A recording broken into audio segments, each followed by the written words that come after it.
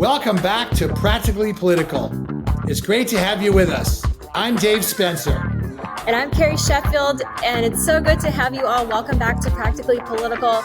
We are here in Middleburg, Virginia, and we have a special guest that is very impromptu, and I'm excited to introduce him to our audience. His name is Cal Thomas. He is a legend in the conservative movement. He's a nationally syndicated columnist. He's done every imaginable political role you can think of. He's a journalist by training, though. He's known for his razor-sharp wit. He will keep you laughing, but also make you think. And so he has strong thoughts about Trump that I think Dave will find fascinating, and we're excited to have him. Cal, thank you for joining Practically Political. Thank you, Carrie. I think one of the mistakes that a lot of evangelicals have made is to project something on Donald Trump that he is not.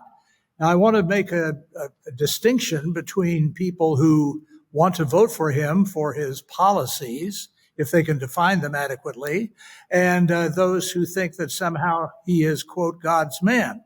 And I've heard all of these arguments and letters that I've gotten from when I've occasionally been critical of some of Trump's behavior that, well, look at King David. He was an adulterer and he had this relationship with someone else's wife, and he had the guy that her husband killed, Bathsheba and Uriah, and the baby eventually died.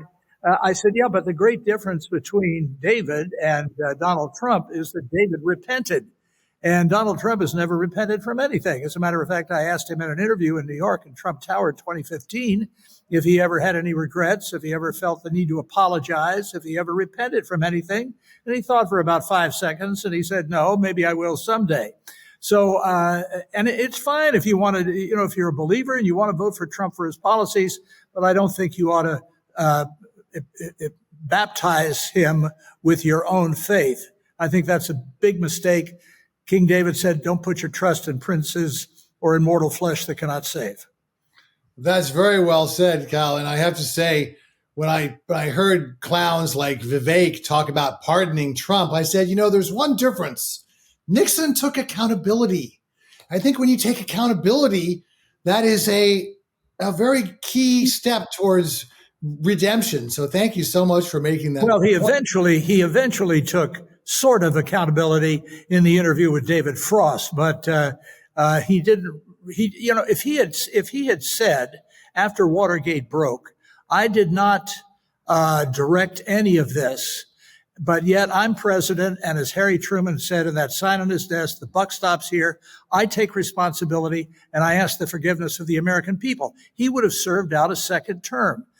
Because we are forgiving people. We make mistakes too, but we like to hear our political leadership acknowledge those mistakes when they make them.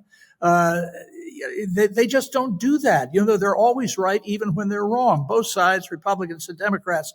And I think that's one of the reasons that the cynicism is so great in this country, and why trust in Congress and the media and other institutions, as Carrie has pointed out, is at an all-time record low.